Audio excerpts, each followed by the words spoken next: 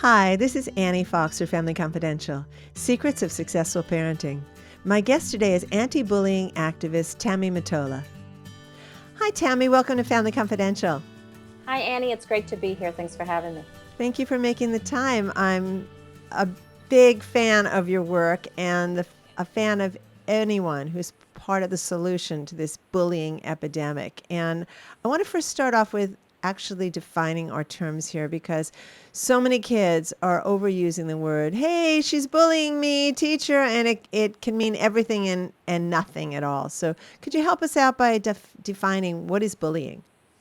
Well, bullying is defined as being harassed, humiliated, insulted, physically attacked, abused, name calling, daily, once, anything along those terms, physically, anything like that. So can it happen once and it's bullying, or is it a daily thing? I define that as happening once. Once is enough, Okay. to me. Good That's what point. Yeah, I define that as and it's a learned behavior. So, if it happens once is enough, and it needs to be called out upon. Okay, now, I work with kids and parents, but I find with kids, they're not always sure when that kind of behavior is coming at them, if the person who's doing it is just kidding, because often the kids will say, oh, I was just kidding.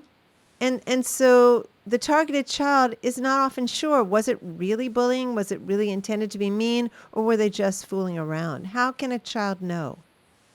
Well, I think sometimes kids don't know when it happens. Yeah. So a lot of times it resolves itself.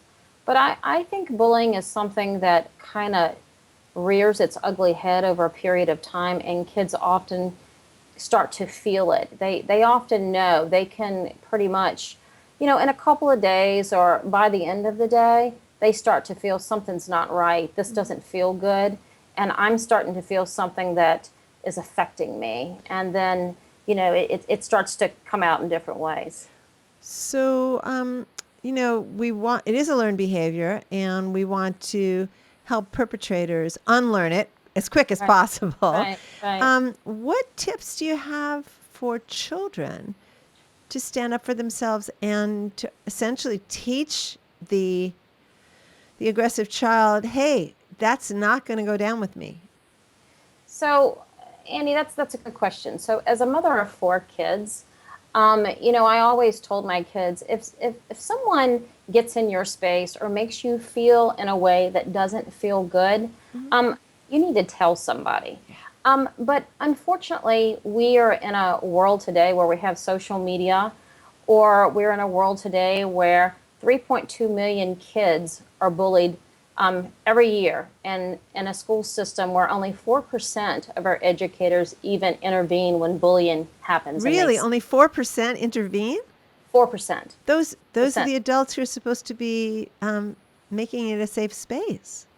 Making it a safe space, and that's why more and more kids are reluctant to tell. So as parents, Wait, hold on a second before you go on. Why such a low percentage of teachers are on the kids' side?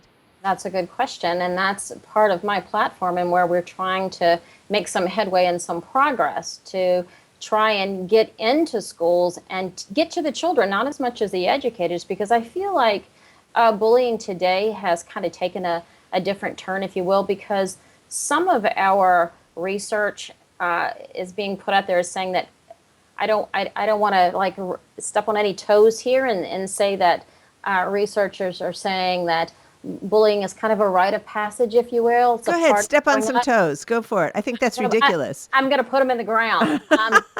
It's a kind of a crap out, if you will. Bullying is not a rite of passage. To be cruel and inhumane and ugly and to belittle other human beings is not a rite of passage. It's a learned behavior, and it starts at home. And if you are an educator and you see this and you look the other way, then you are contributing to the problem. You become part of the problem.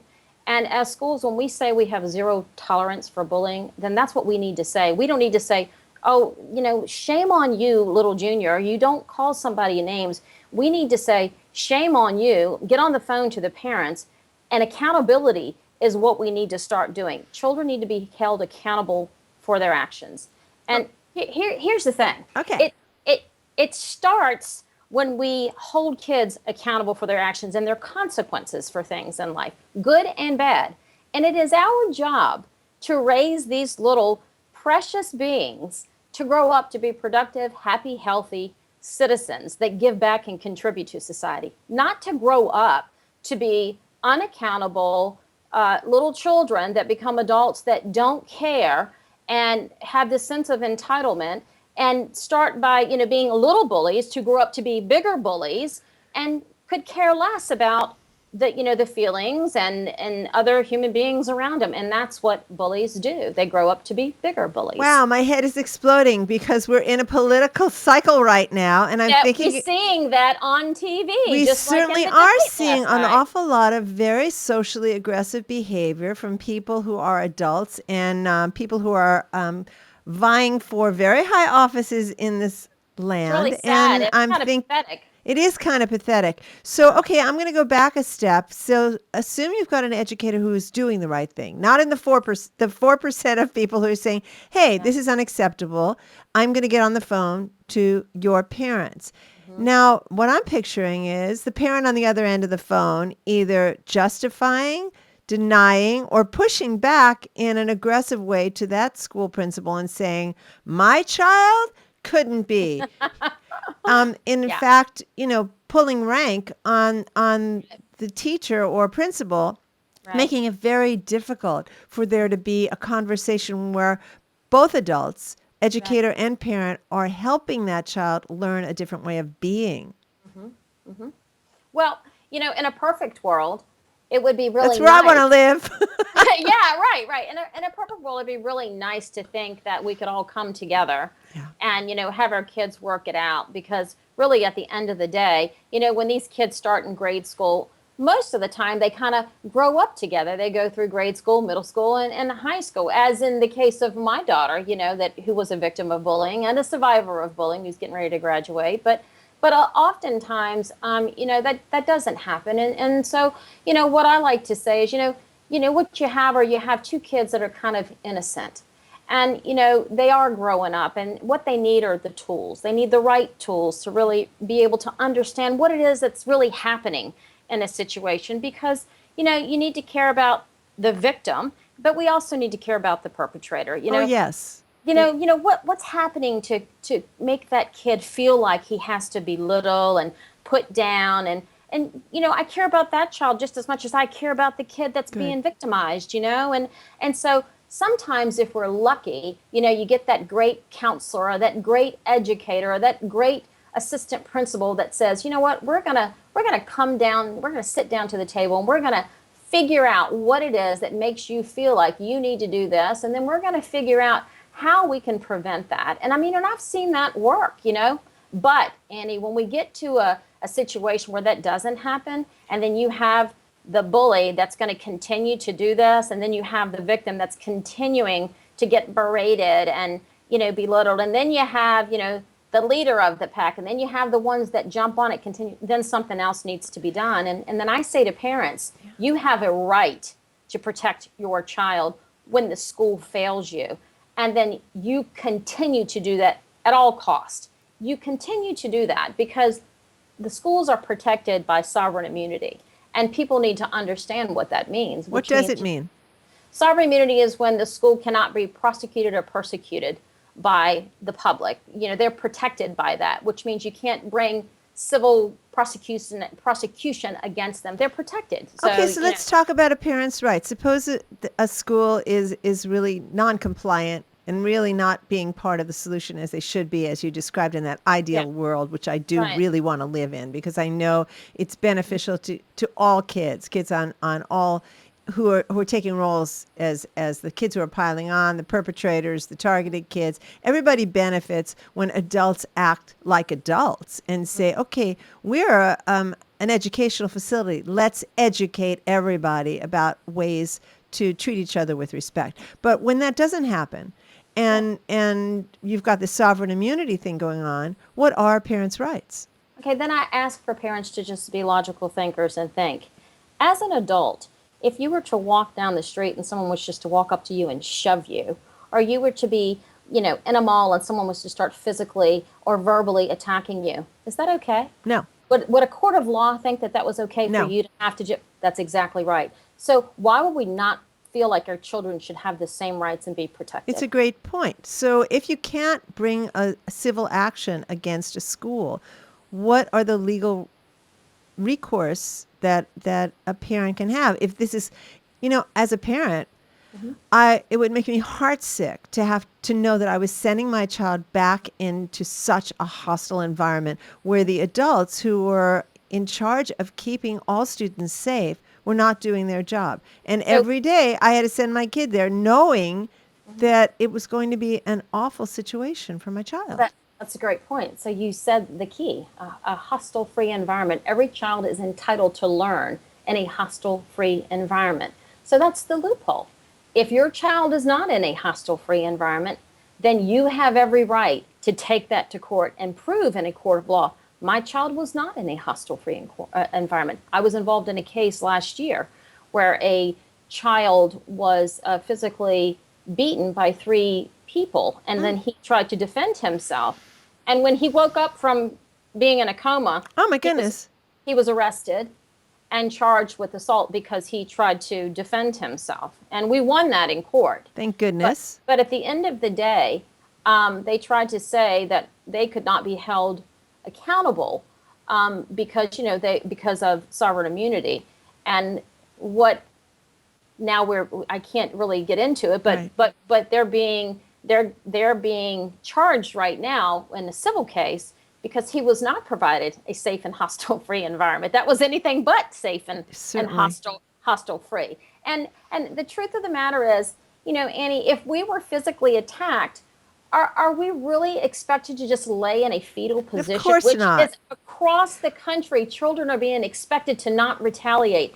If you're hit, you're not supposed to Well, retaliate. first of all, your brain is programmed to defend itself, It's automatic. That's Yes. involuntary. We can't help that. We are to defend ourselves and Yeah, fight our way out. of And course. and for anyone to think, well, we teach our kids defend yourself, fight back. That's Yes. that's what we teach our children. And I mean, and personally, I will fight on this platform until the day I die. It was not just about my daughter. It became clear to me through the thousands of emails that I received that this was just an epidemic. And the numbers are not getting lower, contrary to what the CDC reports. Yes, yeah, You I know, agree with you, and it's so frustrating because, well, first of all, this kind of behavior has always existed to some degree when you get groups of kids together and they're unsupervised during part of the school day on the playground, in the hallways, in the locker room. We've seen this, but it is an epidemic now to a degree where it almost feels like it's normal behavior, which of course it yeah, isn't. And accepted. and I'm totally with you, Tammy. When schools try to distance themselves from taking responsibility by saying it's just kids being kids, that makes my blood boil. I was in a teen event at a public library just 2 afternoons ago, and we were talking about this very issue. And one child who was probably a sixth grader raised his hand, and he said, "What happens if the bully is a teacher?" Yeah, we have that too. And I wonder, especially a tenured teacher, what Well, then kind of you, well, what then kind you of run into recourse? I didn't say that, or and then you have the faculty that's going to support the faculty, and then you have this. The sad thing, what breaks my heart is you have kids. Bullying kills, and Right. I hate to be so harsh, but it's true. And what we know, is that out of the millions that are bullied, some of these kids, people say, oh, well, you need to have thicker skin and No, no, no, no, no. sticks and stones. That is such a myth because words do hurt, and they help to form the people that we become. And if these children can be strong enough to survive, if they have this support network like my daughter had, to get through adolescence and all the hard, mean girls and all the stuff that they can survive, then bless them. And a lot of them go on to be very successful and bright and strong, talented, young girls and boys. And but the truth of the matter is, some don't. Yeah. And the ones that don't make it, I think about the children that contributed to their demise, and what happens to them, and do they even realize Do the they even remember?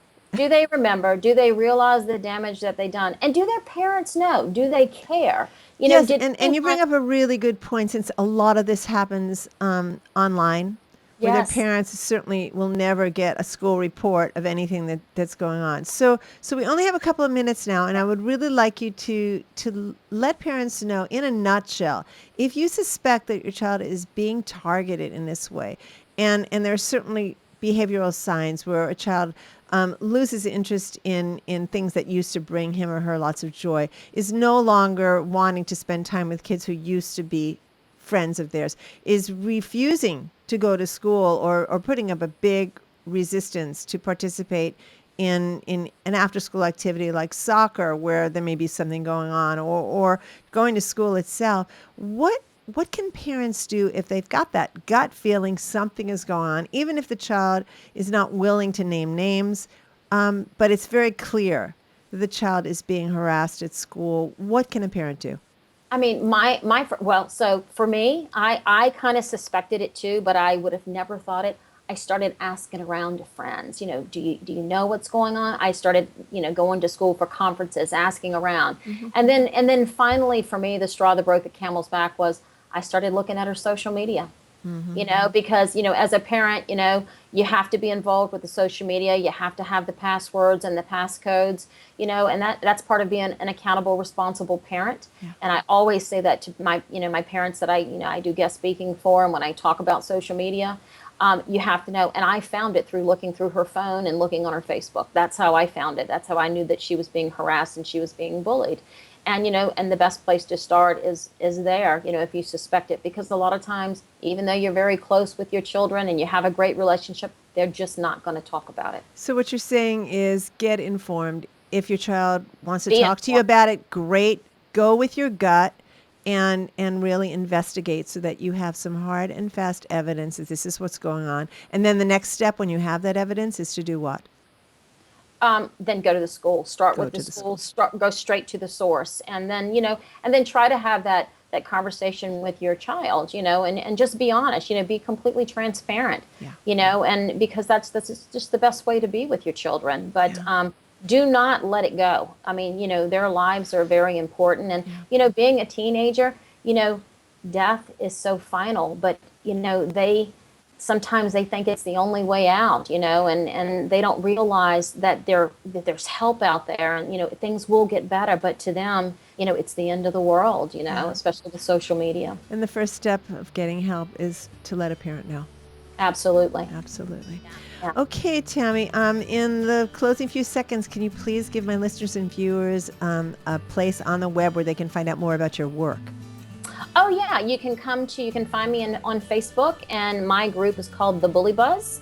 And you just come to The Bully Buzz, and there's always updated information on where to get help. And I'm always talking about bullying and how we can address it. And, there's different help, numbers in there, and we're always having discussions. And I'm always available at, tammymotola@gmail.com, and happy to help with anyone.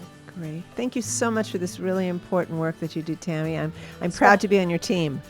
You can always get me on Twitter, too, at @Motola. Great. Thanks so much. Thanks, Annie. This is Annie Fox for Family Confidential. To learn more about my work with tweens, teens, and their parents, visit anniefox.com. And check out my parenting book, Teaching Kids to Be Good People, and my latest book, the Girls' Q&A book on friendship, 50 Ways to Fix a Friendship Without the Drama. And if you like this podcast, we ask that you review it on iTunes. It may be a little thing to you, but it means an awful lot to us. Family Confidential podcast is produced by Electric Eggplant, creators of books and apps for parents, kids, tweens, and teens. And tune in next time, when my guest will be parent coach and counselor Mercedes Zamudio. Until then, happy parenting.